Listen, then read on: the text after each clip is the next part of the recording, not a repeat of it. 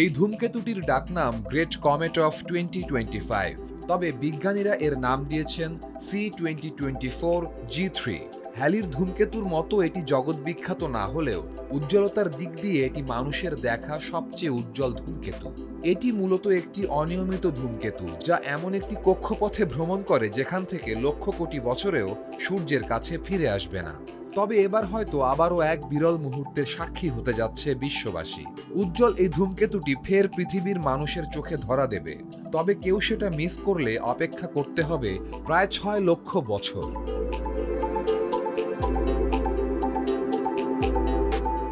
যদিও এবছরের 13 জানুয়ারি সূর্যের কাছাকাছি হয়েছিল এই কমেটটি, উপস্থিত হয় সূর্যের কক্ষপথের সবচেয়ে কাছের বিন্দু পেরিহেলিয়নে। এই সময় সূর্য থেকে তার দূরত্ব ছিল প্রায় 80 লক্ষ মাইল। ধূমকেতু পর্যবেক্ষণ ডেটাবেস COBS অনুসারে সেদিন ধূমকেতুটির উজ্জ্বলতা ছিল 3.8 মাত্রায়। জ্যোতির্বিদ্যার ভাষায় কম মাত্রার অর্থ উজ্জ্বলতর বস্তু। সূর্যের সবচেয়ে কাছে থাকায় এর উজ্জ্বলতাও ছিল সবচাইতে বেশি। তবে সে আর সূর্যের বলয়ে নিজেকে বেঁধে রাখেনি, ফের হারিয়ে যায় নিজের পথে।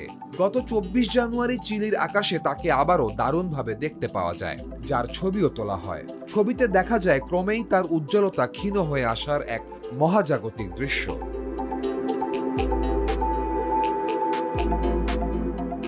তবে এই ধূমকেতুটির খবর 2024 সালের 5 এপ্রিলের আগ পর্যন্ত জানতে পারেননি কোনো মহাকাশ বিজ্ঞানী। কিন্তু এরপর থেকে অনিয়মিত এই ধূমকেতুটি এখন বিজ্ঞানীদের নিয়মিত চর্চার অংশ হিসেবে গণ্য হচ্ছে। সানবিট সব দিবে সামাল। সানবিট ম্যাজিক প্রেস ডিশওয়াশিং এর মাথা ঘোরানো সলিউশন।